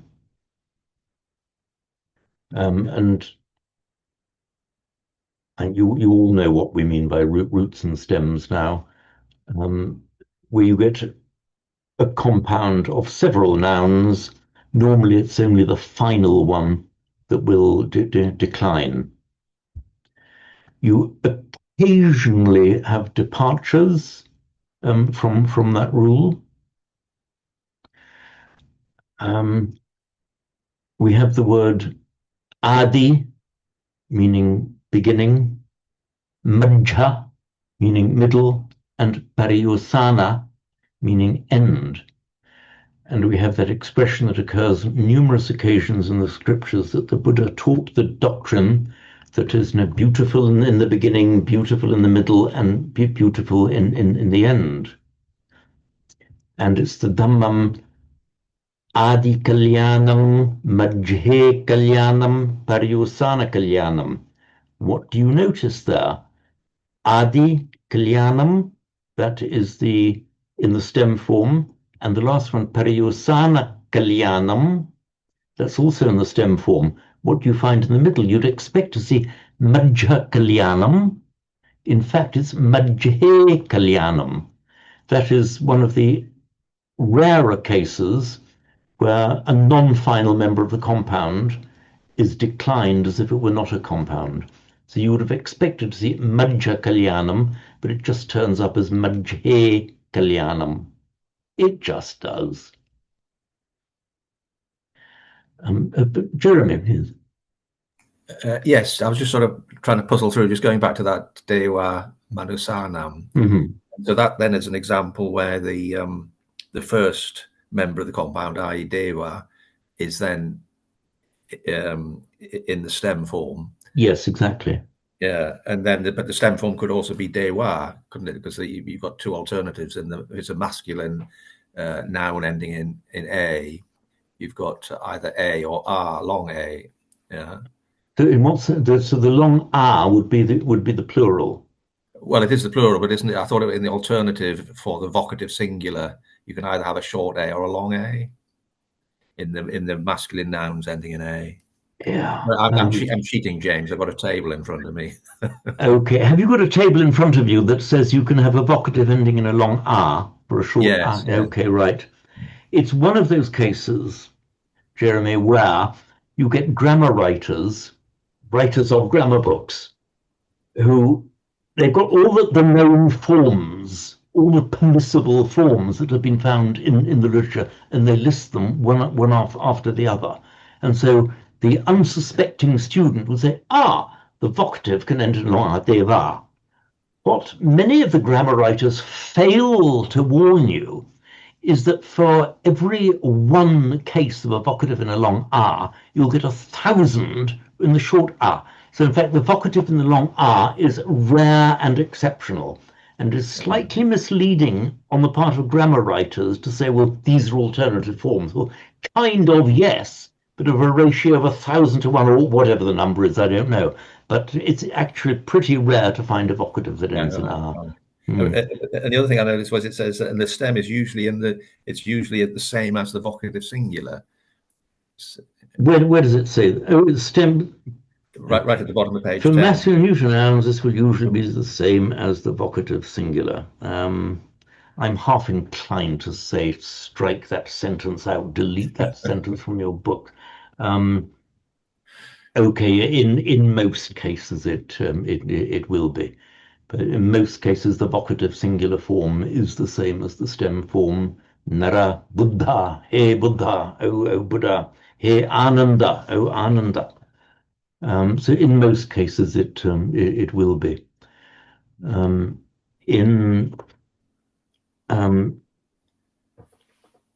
For masculine and neuter. Okay, so for masculine and neuter nouns whose stem ends in a short a, then that comment will almost invariably hold good. But not for all the other masculine. No, because, for example, in stems ending in e, a short e and u, you have a vocative ending respectively in a and o. So that comment has been thrown in there, and it's not particularly helpful.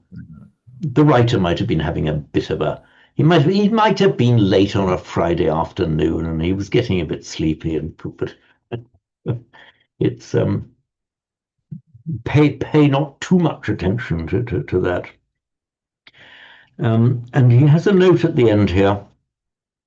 Then this text, compounds will be given as such only if their meaning is not directly deducible from their parts and the context in which they occur. Okay, yes, I mean, very, very often it's obvious what is meant. But sometimes it's not obvious. And I think this is just done as a device to save space in the book, actually, to reduce the number of words in the book, not explain the compound if it's obvious. For example, if you talk about the Buddha Dhamma, actually come to think of it, Buddha Dhamma, could even be a dvandva compound, the Buddha and the Dhamma, but mostly you think of it as the Buddha Dhamma, meaning the Buddha's Dhamma, the Dhamma as taught by the Buddha. Where you get a compound like Theravada, for example, elder teaching. So it's just obvious there's only one thing that can mean, is the teaching of the elders. Buddha Vachana, Buddha Vachana, speech or words. Again, there's only one thing that it can mean. Rather the same as in English, and most compounds, even to a non-native speaker, will be perfectly obvious what is meant just by pure logic.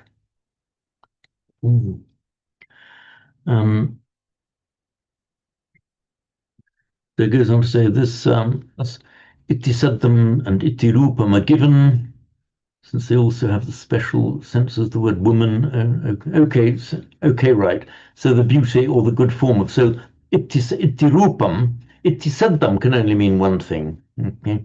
Saddha means word or sound generally. Rupa can mean just form, or it can also mean beauty. So it's just saying it will be given here if there is an ambiguity.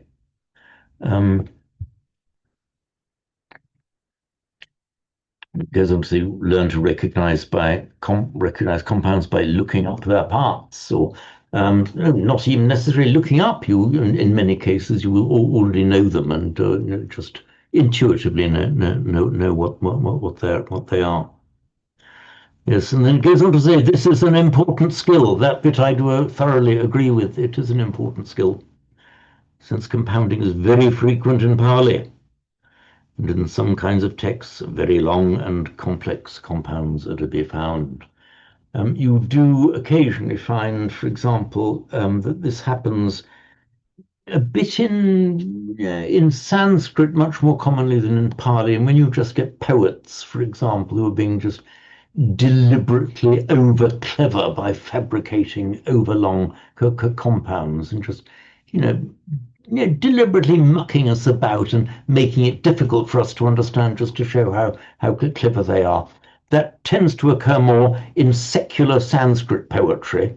It tends not to occur in the Pali canon, because I think that in our Buddhist scriptures, nobody was deliberately trying to muck us about by making it difficult, unlike some of those secular Sanskrit poets who were.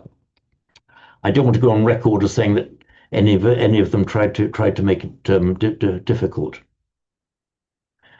So, we were just coming up to a quarter past 5. Oh, hang on. Did I resume the recording? Oh, I did. I've had this moment of panic. Thank you, sir. Thank you. I had this moment of panic. I'd forgotten yet again.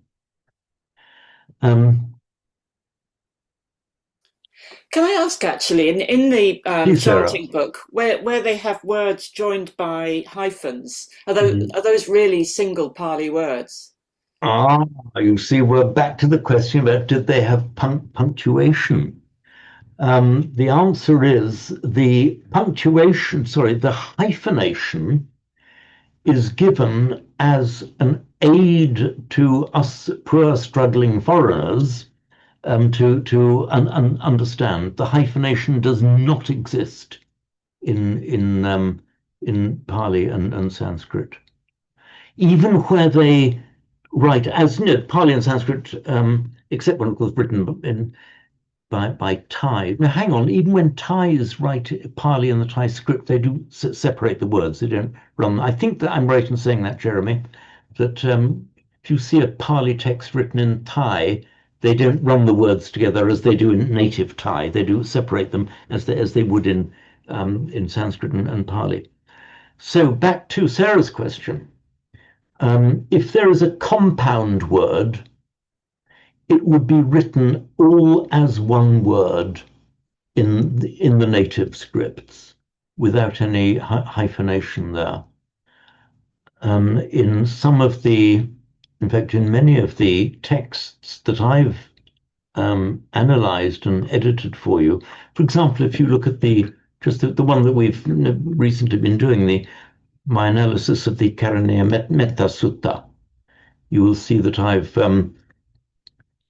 set out the text firstly in Devanagari script. Not that Devanagari script is associated with Pali. I just did that because our dear old friend Mariano asked me to for the Sanskrit students, and as Mariano Marchigali, to assist the Sanskrit students by having a bit of extra Devanagari for them to look at.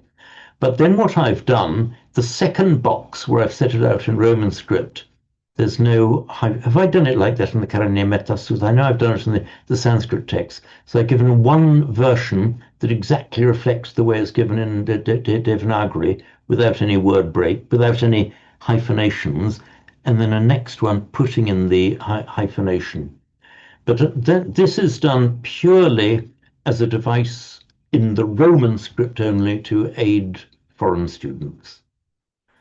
Well, I know we'll come on to it, but I've always been fascinated by in the 5 precepts, the Surya, Marya, Maja, Pamadatana. Is that all one word? It would be written as one word. It's treated as one compound. So it's one samasa. In fact, the Sanskrit and Pali, saying, well, for a compound is a samasa, literally throwing together. Compound just means put together. Pali and Sanskrit thrown together. So it would be kind of treated as one word, but as a compound word, one word. Okay, treated as one word, and for the purposes of writing it on the page, would be written as one word, even though it be recognized that you can break it up into separate elements. Is in our chanting book, I think it's written with, is it written with hyphens? Yeah, the whole thing is written with hyphens, and okay. Different people pronounce it differently because you've got to sort of take a break, haven't you, as you say it? I just wondered if there are any rules for where you take a break. Okay, you have to take either you take a break in the middle of it, or you take a very deep breath before you start. So you get to the end without a fresh breath. Sura Merya Majapamada Tana. Okay, I did that all in one breath. I was careful to take a lungful before I started. Sura Merya Majapamada Tana. Normally, you would not be expected to stop in the middle. I'm not sure if that's an absolute rule. Sura Merya Majapamada Tana Veramani. Yes, so there would be a slight natural pause after Pamadatana, but it would be pronounced as all one word. And the hyphenation that you see in our chanting book. So if you saw that written in Devanagari or in the Thai script, for example, or in Sinhala, Srinimala, Sura Merya Majjapamadatana, would that be written as one long word? Yes, Sura Mere Majjapamagatana Vedamani Sikkha Okay. Samadhiya. So the Sura Merya Majjapamadatana would be written as one. Okay, fine. Yeah. So fine. Okay, we've got that. In Thai, they would do it because it's treated as one word for the purposes of writing it, and pretty much for the purposes of pronouncing it as well. In the Devanagari script, was mostly associated with Sanskrit, and of course modern Hindi and other languages, but Sanskrit, say, the hyphenation would not be put there. So they are separate words. They are in the stem form, apart from the final one, Sura, Merya, Majja, Pamada, Tana. So they've got Sura, Merya, Majja, Pamada, are 4 words all in the stem form, and Tana, the final one, only the final one is declined. That's in the ablative. So when you say, is it all one word? The answer, well, how do you define a word? By a writing convention, it's treated as one word, though when you analyze it, you break it down into separate words.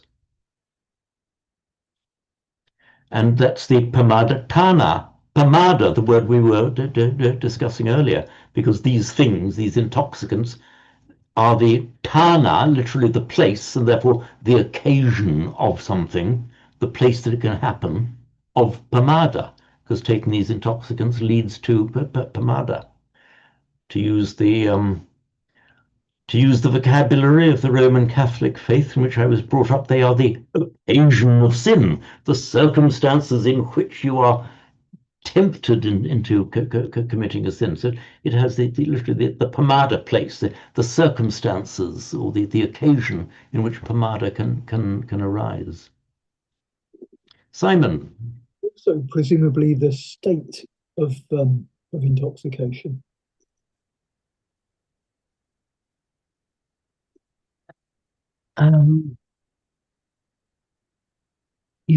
Yes. Atana means, of course, it's the cognate with the Latin word station or stand or standing statue. So yes, it would, and indeed state. Yes, it. Do you know? Maybe it's because of my dim and distant Roman Catholic upbringing that I thought of this occasion of sin, and came into my mind, which is how I'd interpreted it. But yeah, you could equally validly say either. Remember that the word Tana, from the root sta, it's sthana in Sanskrit, just means a place. It's the same word that turns up in Uzbekistan, Turkmenistan, Afghanistan, the place of the Afghans and the Uzbeks, so on, that same stan. It primarily means a place, then it means a state or a condition. But it does also mean the possibility of something arising. So if you talk about, you can say that you can say in Pali, and I think in Sanskrit as well, that there is no pana for that to happen, meaning there is no possibility of it happening. It just doesn't happen. No occasion for it to happen. So I think in this one, the pamadakana, it could equally well be either. I tend to interpret it as the occasional, the risk of something arising, the place for it to arise. You're creating the conditions in which pamada can arise. But again, that's just my own particular mental sankharas that are giving this interpretation. Others may have equally valid ones. And again, as so often happens, it could mean both at the same time, and native speakers might have held both meanings in their minds at the same time. So we've come to 5:22. And I will thank you all for joining me. I've enjoyed the session very, very much. So I will see you again in 2 weeks from now. But I did mention, and Simon also reminded me, I was looking at the numbers attending and whether we could kind of, at the moment, I was saying, well, can the Tuesday people attend on a Tuesday and the Saturday people attend on a Saturday? Otherwise, it'll just be too crowded. We've now got just me plus 9. So I think we'll just we'll review then at the beginning when we're into the new year, and it may well be that I'll say we'll just turn up as and when you can. But to just see what happens to the numbers over the next couple of weeks. I know that there are some of you who would like to be able to attend both times. And just what do you wish for? Do I wish for the numbers to drop off so we can abolish the distinction? Or do I wish to more people, as many people as possible, to be learning Pali, in which case you would have to maintain the distinction. So we'll see what happens at the beginning of the new year. Okay, so thank you all for joining me, and see you next time round. Thank you. Bye. Goodbye. Bye then. Bye. Bye.